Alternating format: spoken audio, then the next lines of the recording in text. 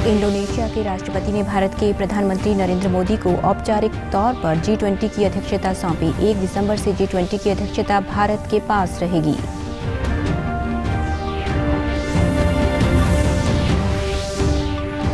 हरियाणा में अब 28 लाख परिवारों को मिलेगा आयुष्मान भारत योजना का लाभ। मुख्यमंत्री 21 नवंबर को 1,80,000 रुपए तक की वार्षिक आय वाले परिवारों को देंगे गोल्डन कार्ड।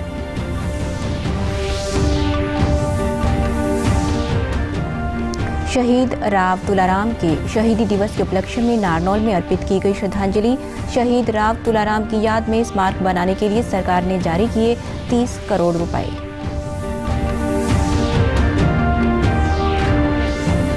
और 19 नवंबर से शुरू हो रहे अंतर्राष्ट्रीय गीता जयंती महोत्सव की तैयारियां जोरों पर। 29 नवंबर को ब्रह्म सरोवर पर मुख्य कार्यक्रम का शुभारंभ राष्ट्रपति द्वारा किया जाएगा। नमस्कार, मैं सारिका शर्मा। अब समाचार विस्तार से। G20 के शिखर सम्मेलन के समापन पर इंडोनेशिया के राष्ट्रपति जोको विडोडो ने भारत को औपचारिक तौर पर अध्यक्षता सौंप दी है।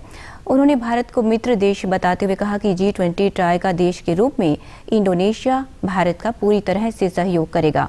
सदस्यता मिलने पर प्रधानमंत्री नरेंद्र मोदी ने सदस्य देशों को आश्वस्त किया कि भारत की सदस्यता समावेशी, आकांक्षी, निर्णात्मक और एक्शन ओरिएंटेड होगी। उन्होंने प्राकृतिक संसाधनों की सुरक्षा के लिए जिम्मेदारी के एहसास की बात कही। प्रधानमंत्री ने सुरक्षित भविष्य के लिए लाइफस्टाइल फॉर एनवायरनमेंट को एक जन आंदोलन बनाने पर भी जोर दिया। उन्होंने महिलाओं की भागीदारी बढ़ाए जाने की भी बात कही। पर ओनरशिप का भाव आज संघर्ष को जन्म दे रहा है और पर्यावरण की दुर्दशा का मुख्य कारण बना है। प्लेनेट के सुरक्षित भविष्य के लिए ट्रस्टीशिप का भाव ही समाधान है। इसमें लाइफ यानी लाइफस्टाइल फॉर एनवायरनमेंट अभियान एक बड़ा योगदान दे सकता है। इसका उद्देश्य सस्टेनेबल लाइफस्टाइल को एक जन आंदोलन बनाना है। वैश्विक विकास महिलाओं की भागीदारी के बिना संभव नहीं है। हमें अपने G20 एजेंडा में विमेन लेड डेवलपमेंट पर प्राथमिकता बनाए रखनी होगी। बिना शांति और सुरक्षा हमारी आने वाली पीढ़ियां आर्थिक वृद्धि या टेक्नोलॉजिकल इनोवेशन का लाभ नहीं ले पाएगी। G20 को शांति और सौहार्द के पक्ष में एक दृढ़ संदेश देना होगा। प्रदेश में प्रत्येक व्यक्ति को स्वास्थ्य सुविधाओं का लाभ मिले, इसके लिए सरकार द्वारा लगातार स्वास्थ्य सेवाओं का सुदृढ़ीकरण और विस्तारीकरण किया जा रहा है। इसी कड़ी में एक कदम और आगे बढ़ते हुए सरकार ने आयुष्मान भारत योजना के तहत प्रदेश के ऐसे जरूरतमंद परिवारों को भी लाभ देने की शुरुआत की है जिनका नाम वर्ष 2011 के सामाजिक, आर्थिक और जातिगत जनगणना डाटा में दर्ज नहीं था। ऐसे सभी व्यक्तियों के आयुष्मान भारत योजना के तहत गोल्डन कार्ड बनाए जा रहे हैं। मुख्यमंत्री मनोहर लाल 21 नवंबर को मानेसर में गोल्डन कार्ड वितरण कार्यक्रम का शुभारंभ कर लाभार्थियों को गोल्डन कार्ड वितरित करेंगे। मुख्यमंत्री का मानना है कि शिक्षा और स्वास्थ्य सेवाएं प्रत्येक व्यक्ति का मूल अधिकार है जो उसे अवश्य मिलना चाहिए। इसीलिए सरकार ने बड़ा कदम उठाते हुए प्रदेश में सामाजिक, आर्थिक और जातिगत जनगणना की सूची में शामिल परिवारों के अलावा ऐसे सभी परिवारों जिनकी वार्षिक आय 1,80,000 रुपए तक है, उन्हें भी आयुष्मान भारत योजना का लाभ देने का निर्णय लिया। आयुष्मान भारत योजना के तहत प्रदेश के 28 लाख परिवारों को लाभ मिलेगा। वर्ष 1857 की आज़ादी की लड़ाई में शहीद हुए राव तुलाराम और सैनिकों की याद में नारनौल में आज श्रद्धांजलि अर्पित की गई। 16 नवंबर को आज ही के दिन नसीबपुर में आज़ादी की लड़ाई के दौरान 5000 सैनिक शहीद हुए थे, जिनमें राव तुलाराम भी शामिल थे। राज्य मंत्री ओम प्रकाश यादव, भिवानी महेंद्रगढ़ लोकसभा के सांसद चौधरी धर्मवीर सिंह और पूर्व स्वास्थ्य मंत्री राव नरेंद्र सिंह ने शहीदों को श्रद्धांजलि अर्पित की। इस मौके पर राज्य मंत्री ओम प्रकाश यादव ने कहा कि देश को आज़ादी दिलवाने में शहीद राव तुलाराम का एक बड़ा योगदान था। इस लड़ाई में अंग्रेजों के 3 बड़े अधिकारी भी मार गिराए गए थे। उन्होंने बताया कि प्रदेश सरकार ने शहीद राव तुलाराम की याद में स्मारक बनाने के लिए 30 करोड़ रुपए की राशि जारी कर दी है।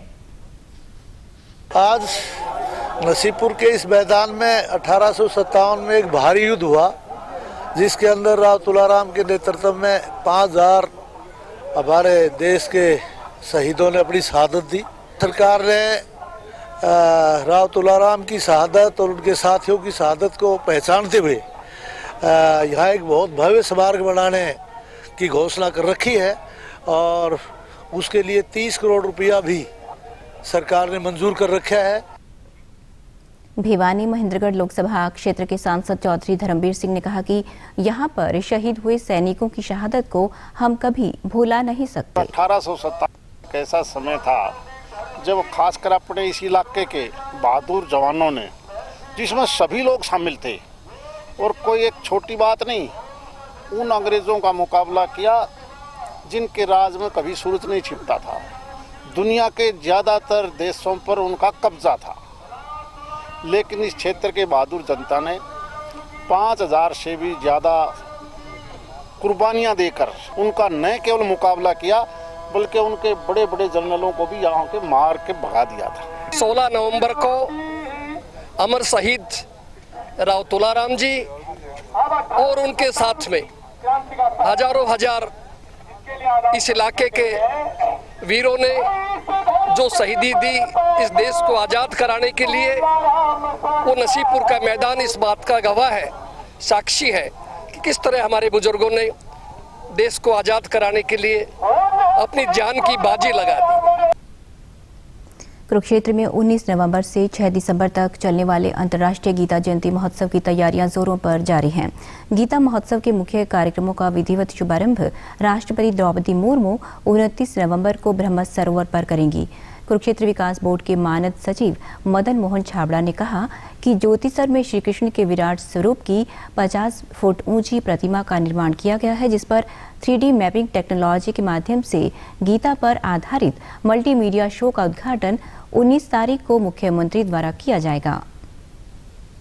इस वर्ष 2022 का गीता महोत्सव 4 दिसंबर को मार्गशीर्ष शुक्ल एकादशी को होने जा रहा है और मेला यहाँ पर कुरुक्षेत्र ब्रह्म सरोवर के ऊपर 19 नवंबर से शुरू हो रहा है, जो 6 दिसंबर तक चलेगा। और इस बार बहुत सौभाग्य की बात है कि मुख्य आयोजन के इनॉग्रेशन के लिए इस देश की राष्ट्रपति मुर्मू जी वो यहाँ पर पधार रही हैं। कुरुक्षेत्र विकास बोर्ड के सीईओ चंद्रकांत खटारिया ने कहा कि सरस और शिल्प मेले में पूरे देश के नामचीन शिल्पकार और स्वयं सहायता समूह से जुड़े लोग अपना सामान लेकर पहुंच रहे हैं। गीता महोत्सव का सहभागी देश नेपाल और सहभागी राज्य मध्य प्रदेश है। 19 तारीख से शुरू हो रही है शिल्प एवं सरस मेले के साथ। उसमें देश के विभिन्न राज्यों से हमारे पास नामी गिरामी शिल्पकार आएंगे और सरस मेले में जो सेल्फ हेल्प ग्रुप्स हैं, जो गरीब लोगों के छोटे छोटे बिजनेस हैं, उनको हम यहाँ पे अपॉर्चुनिटी देंगे, तो वो मिलके यहाँ पे स्टॉल्स लगाएंगे। पर्यटक और स्थानीय निवासियों ने कहा कि इस महोत्सव में धार्मिक पर्यटन के साथ हमारी संस्कृति के भी दर्शन होते हैं। डेवलपमेंट विकास बोर्ड जिस गीता जयंती महोत्सव का जो ऑर्गेनाइज करता है, बहुत ही अच्छे प्रोग्राम्स यहाँ पर ऑर्गेनाइज्ड होते हैं और प्रशासन बहुत अच्छे से उसको हैंडल करता है। हमारे लिए बड़े गर्व की बात है कि देश विदेश में भी हमारी संस्कृति की चर्चा हो रही है। गीता जयंती महोत्सव में ये सब कुछ दर्शाया गया है कि हमारी संस्कृति से संबंधित पूरा ज्ञान है। गीता जयंती महोत्सव जो है इस बार भी एज यूजुअल 19 नवंबर से लेकर 6 दिसंबर तक को मनाया जा रहा है और इसको बहुत ही धूमधाम से, बहुत विदेश लेवल से भी और पूरे इंडिया से जो है लोग इसमें पार्टिसिपेट आते हैं घूमने के लिए। आज राष्ट्रीय प्रेस दिवस है। ये दिन भारत में एक स्वतंत्र और जिम्मेदार प्रेस की मौजूदगी का प्रतीक है। इस दिन को मनाने का मुख्य उद्देश्य प्रेस की आज़ादी के महत्व के प्रति जागरूकता फैलाना है। भारतीय प्रेस परिषद की स्थापना के उपलक्ष्य में देश भर में राष्ट्रीय प्रेस दिवस मनाया जाता है। प्रेस की आज़ादी के महत्व के लिए दुनिया को आगाह करने वाला ये दिन बताता है कि लोकतंत्र के मूल्यों की सुरक्षा और उसे बहाल करने में मीडिया अहम भूमिका निभाता है। राष्ट्रीय प्रेस दिवस पर केंद्रीय सूचना एवं प्रसारण मंत्री अनुराग सिंह ठाकुर ने अपने ट्वीट संदेश में सभी मीडिया कर्मियों को शुभकामनाएं देते हुए लिखा कि ये बिना किसी डर या पक्षपात के जिम्मेदार प्रतिबद्धता की पुनः पुष्टि का दिन है। मुख्यमंत्री मनोहर लाल ने राष्ट्रीय प्रेस दिवस के अवसर पर कहा कि लोकतंत्र में मीडिया को चौथा स्तंभ कहा जाता है। सरकार के कार्यों एवं जन कल्याणकारी नीतियों को जनता तक पहुंचाने में मीडिया की अहम भूमिका होती है। सूचना प्रौद्योगिकी के आज के युग में मीडिया का कार्य आसान तो हुआ है, परंतु फिर भी एक संवाददाता को तथ्यों की पुष्टि किए बिना अपना समाचार जारी नहीं करना चाहिए, क्योंकि आज के युग में क्षण भर में सोशल मीडिया पर सूचनाओं का आदान प्रदान हो जाता है, इसीलिए सावधानी भी उतनी ही जरूरी है। भारतीय प्रबंधन संस्थान यानी IIM रोहतक का आज 14वां स्थापना दिवस समारोह मनाया गया। इस अवसर पर हिंदी फिल्म कश्मीर फाइल्स के निर्देशक विवेक रंजन अग्निहोत्री ने विशेष तौर पर शिरकत की। संस्थान के निदेशक धीरज शर्मा ने भविष्य की योजनाओं की जानकारी दी। उन्होंने बताया कि उद्योग और उद्योगपतियों के प्रशिक्षण के लिए गुरुग्राम में गैर रिहायशी कैंपस खोला जाएगा। गुरुग्राम कैंपस में ही BA in business economics course और वीकेंड व इवनिंग कोर्स शुरू किए जाएंगे। अगला अब कदम ये है कि गुड़गांव में हमने जो ज़मीन ली है वहाँ पर एक कैंपस बनेगा, जिससे कि यहाँ के लोकल लोगों को, क्योंकि वो नॉन रेजिडेंशियल कैंपस बनेगा, ताकि वहाँ के जो उद्योगपति हैं या उद्योग क्षेत्र से जुड़े हुए लोग हैं वो आएँ, वहाँ पर अपनी ट्रेनिंग लें, प्रशिक्षण लें, शिक्षण लें। तो ये हमारा अगला स्टेप होगा कि IIM रोहतक को आगे बढ़ाने के लिए। समारोह में विवेक रंजन अग्निहोत्री ने युवाओं को जीवन में आगे बढ़ने के लिए प्रेरित किया। उन्होंने कहा कि युवा ही इस देश में बदलाव ला सकते हैं। उन्होंने जीवन में विश्वास पर अपनी बात रखी और कहा कि भारत हमेशा से ही विश्वास और आस्था वाला देश है। कश्मीर फाइल्स फिल्म का जिक्र करते हुए उन्होंने बताया कि ये भारत की पहली शोध आधारित फिल्म है।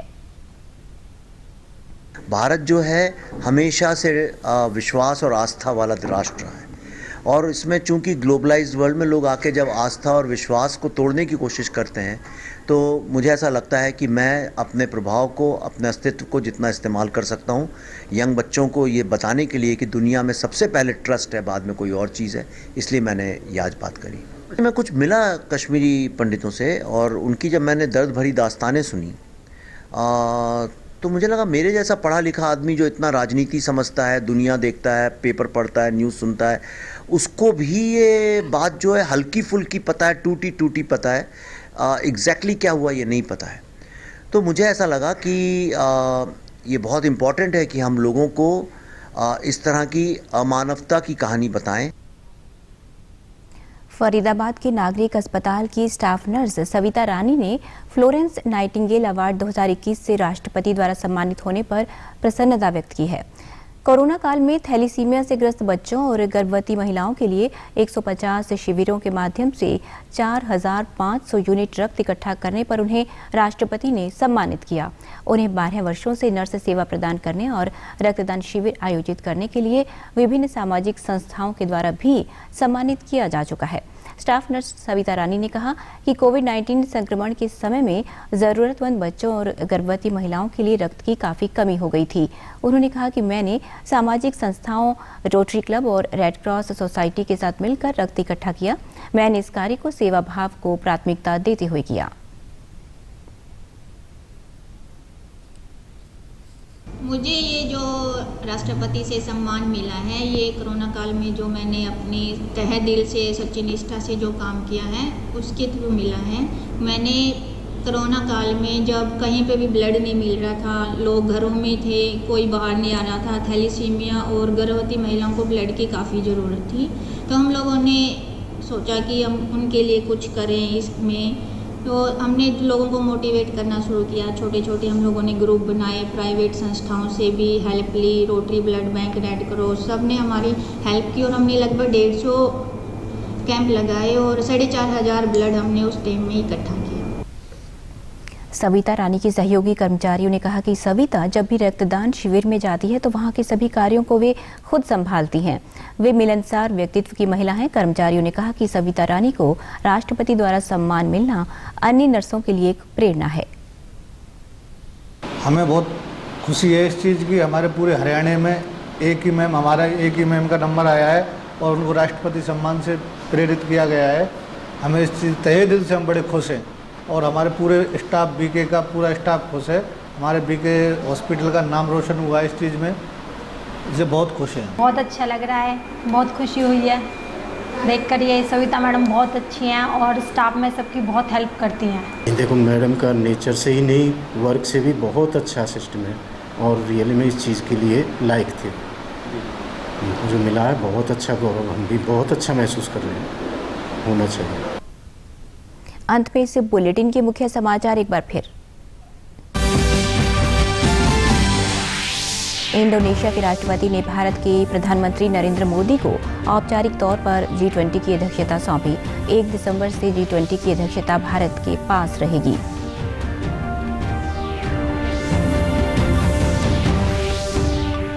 हरियाणा में अब 28 लाख परिवारों को मिलेगा आयुष्मान भारत योजना का लाभ। मुख्यमंत्री 21 नवंबर को 1,80,000 रुपए तक की वार्षिक आय वाले परिवारों को देंगे गोल्डन कार्ड।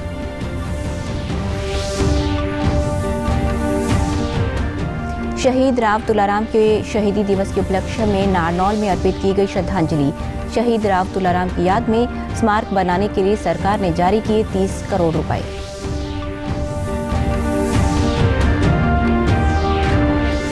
और 19 नवंबर से शुरू हो रहे अंतर्राष्ट्रीय गीता जयंती महोत्सव की तैयारियां जोरों पर। 29 नवंबर को ब्रह्म सरोवर पर मुख्य कार्यक्रम का शुभारंभ राष्ट्रपति द्वारा किया जाएगा। समाचारों में आज इतना ही। नमस्कार।